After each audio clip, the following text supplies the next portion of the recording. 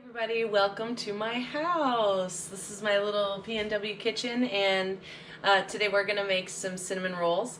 Cinnamon rolls were the second thing that I ever learned how to bake when I was a little girl, so they're very near and dear to my heart.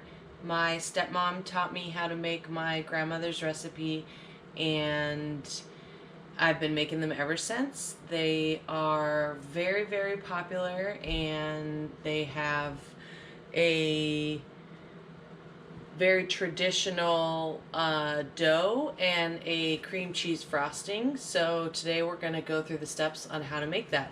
Cinnamon rolls originated in Sweden, although the British will argue that the Chelsea roll came out before that. I'm hoping I'm pronouncing that properly. But they really didn't even come along until after the spice trade started in the 13th century, because cinnamon didn't even exist in those parts of the world. So it wasn't really until after that time period that they even had cinnamon available to make these fantastic things that we all love. So we're going to get started on that. And cinnamon rolls have multiple steps. You have to make the dough, let it sit for a few minutes, and then knead it into a ball that we put in a bowl that rests for 45 minutes to an hour. Then we roll that out and add our butter, cinnamon, sugar mixture to the middle, roll it all up, it rises again, and then we bake it off. After that, and then there's even another step, after that we frost it. So it's quite a process. So we're going to go through all those steps today, and I'll show you Grandma Kohler's cinnamon rolls. Okay, because this is a multi-step process, we're going to do it in a couple different bowls. We're going to take our 4.5 teaspoons of yeast, and we're going to add in a 1/4 cup of water, and we're just going to mix that around and let that kind of get activated. Grab a spoon. Mix that around and just let the yeast start to bloom. That's what we call that. Then next thing we're gonna do is we're gonna heat up our milk, and I've actually already heated my milk. And we're gonna take that and add in our sugar. Right here, I've got, so it's 1/3 cup of sugar goes right into the milk. You see that? Let me move this over here a little. Right into the milk. Then we're going to add our salt, Himalayan pink salt. I always use Himalayan pink salt. Mix that in there. And then I have our butter right here, which this is 1/3 cup of butter. So we're just gonna mix that all together. And use that spoon right there. And we're just going to set that aside. Actually, we're going to pour it right here in our bowl. So, this is going to sit for about 5 minutes. Now we're going to take our yeast mixture, and we're just going to add it right into our milk, sugar, and butter and salt.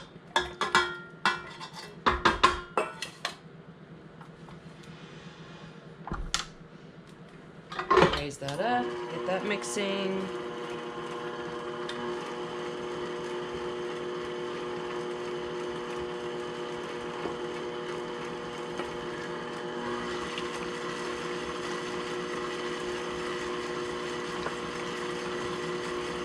Next thing I'm gonna add is my 2 eggs. Get them in there.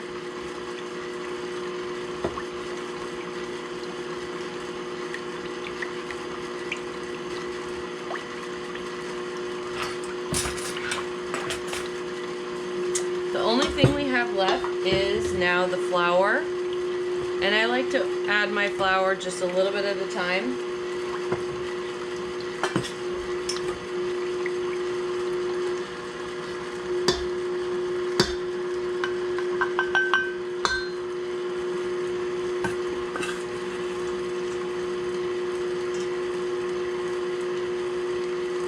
This is local Skagit Valley, Washington flour.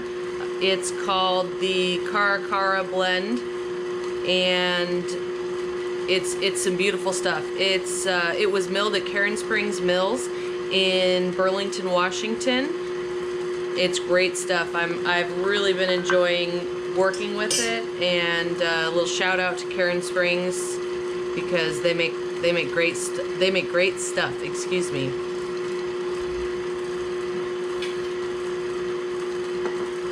This is actually a stone ground wheat, so they use a traditional stone ground method that's very classic. I'm gonna turn this off and scrape our sides because we always want to scrape our sides.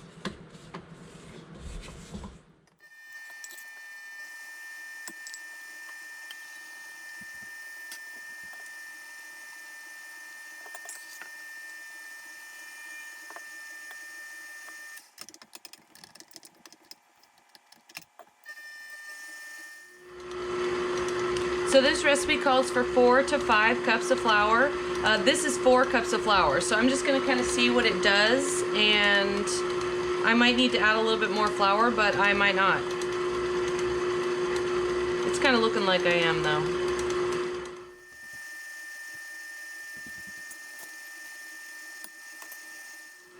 I'm just gonna let this mix for a few minutes until that dough forms.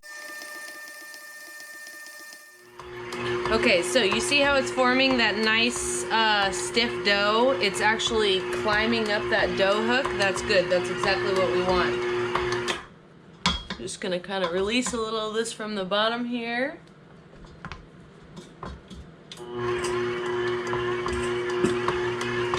So now I'm going to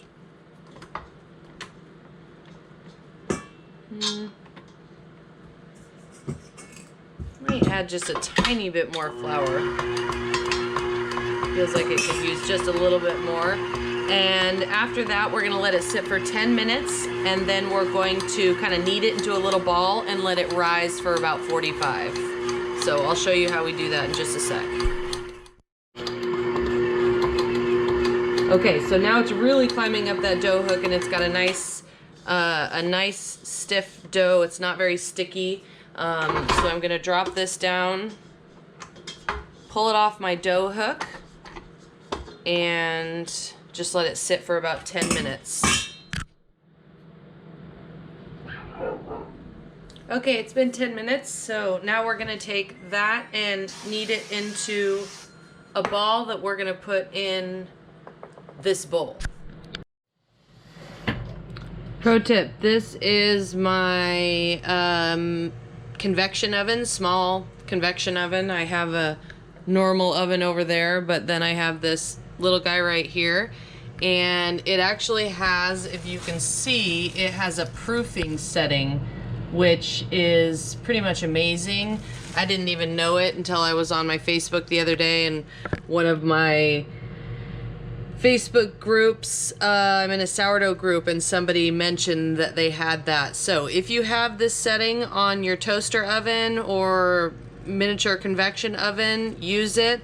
Some people tell me they have it on their traditional oven, but I do not have that on my oven, unfortunately. But definitely use that proof setting if you can.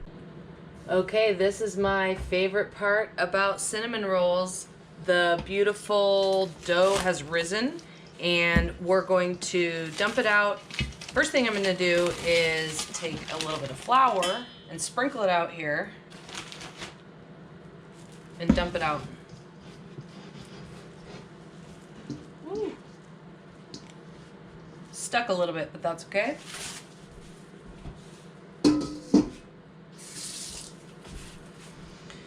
Look at that beautiful dough.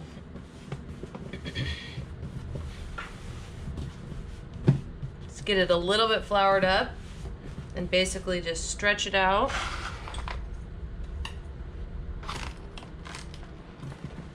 Oops. Take this guy and just roll it out a little bit.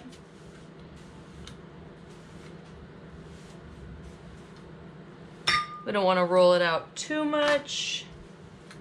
Just enough. And you want to try to get as rectangle shaped as possible. But you can tell that the yeast has eaten the sugar, which creates the gases, which makes the dough rise, and it's got this nice, beautiful feel to it. I'm really liking that. So I've got some really nice soft butter here that I let sit out overnight, and I'm just gonna take this. You don't have to, of course, but I just prefer to. Spread this generously all the way across the cinnamon roll.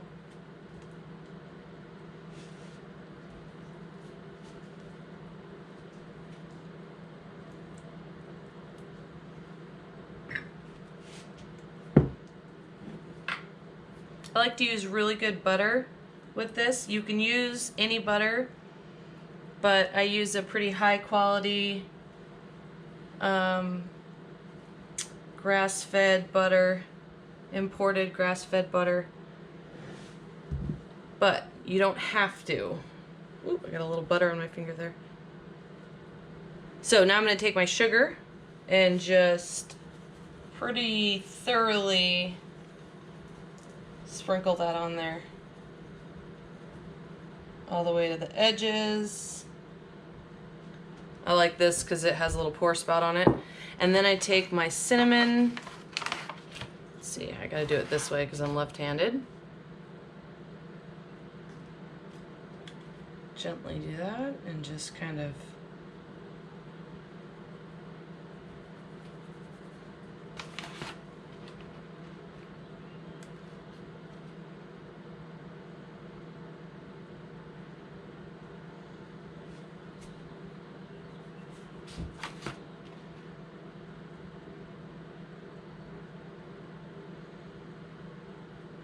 as you can see, I use a pretty generous amount because it actually takes quite a bit of cinnamon to get that really nice flavor. So just kind of sprinkle, sprinkle, sprinkle. And then comes the fun part where we roll it all up. And I also use a pretty good cinnamon here. I just ordered this off Amazon, but as you can see, it's organic and non-GMO, all that good stuff. So cinnamon, oops, sorry, down here. Cinnamon is actually the inner bark of a tree. It looks like this. You can take this out here, just like this. So the cinnamon farmers will take the outer layer of the bark off the tree, and then they'll harvest this and dry it out and sell it. And then we grind it into this beautiful cinnamon powder. And obviously we didn't even have cinnamon until the spice trade, basically. I mean, it was, you know, it wasn't even around like we talked about earlier. So let's go ahead and roll this up.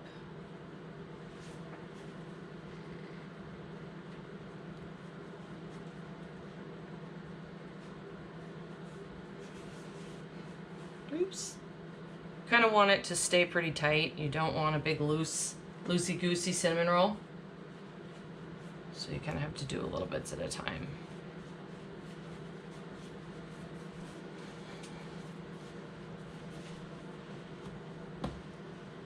Just like that. And my preferred method of cutting this is,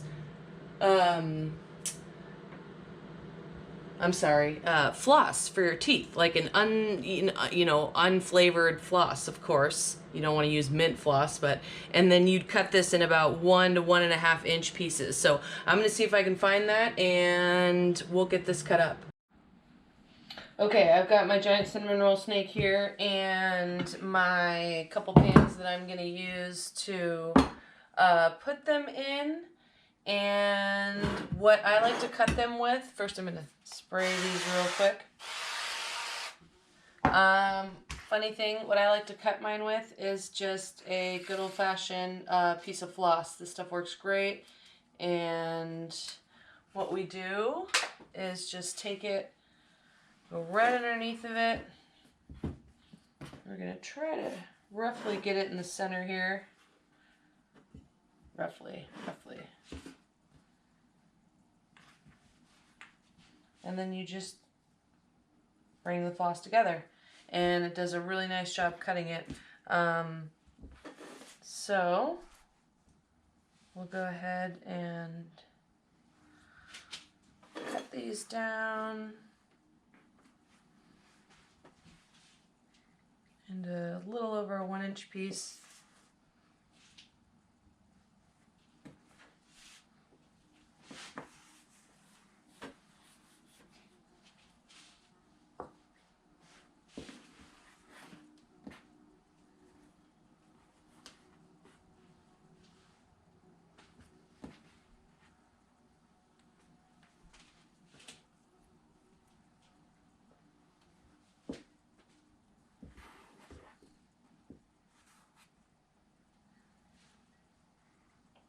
Whoop, just like that.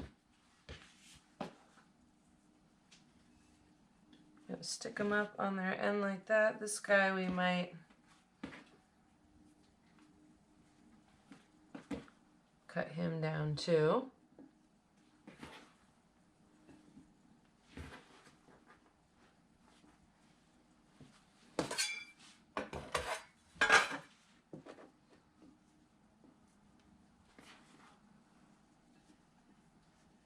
Just like that. So we're going to take these and wrap them with some plastic wrap, and they will be good to go until they double in size. Now we'll try to do the same thing with this bad boy.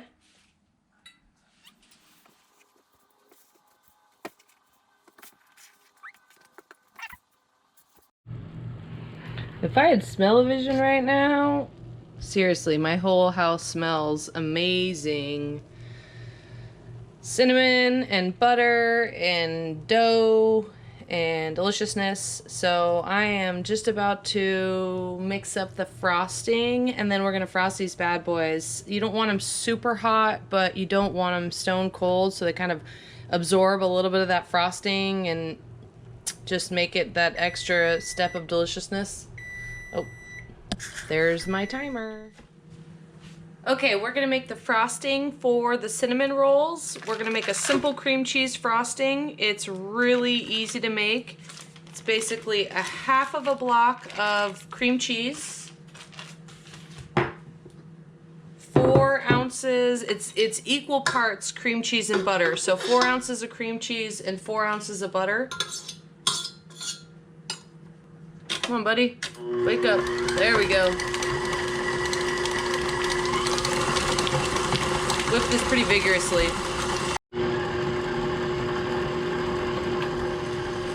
Okay, we've whipped this up for a couple minutes. It's really nice and fluffy. Now we're gonna start to add in our powdered sugar.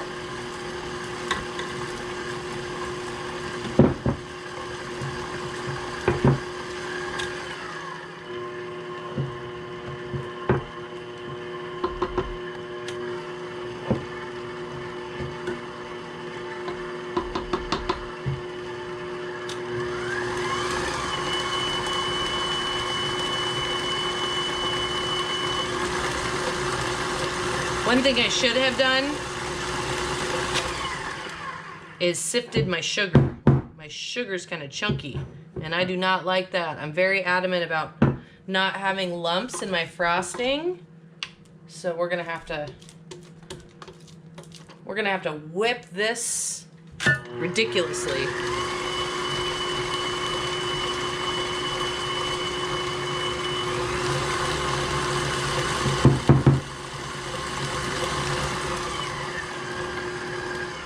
I will, however, turn it down to add some more sugar, so I don't have a volcano.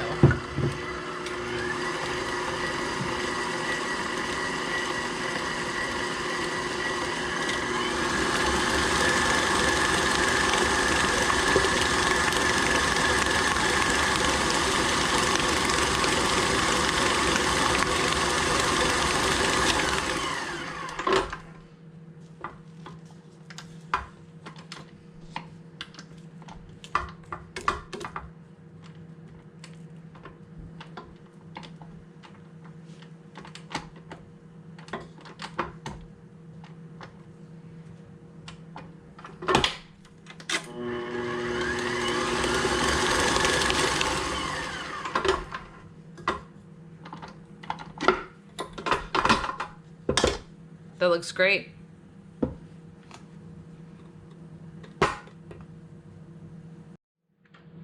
One last thing, I'm gonna add a little bit of clear vanilla to this. So just a little bit of vanilla, and then we're gonna spread it.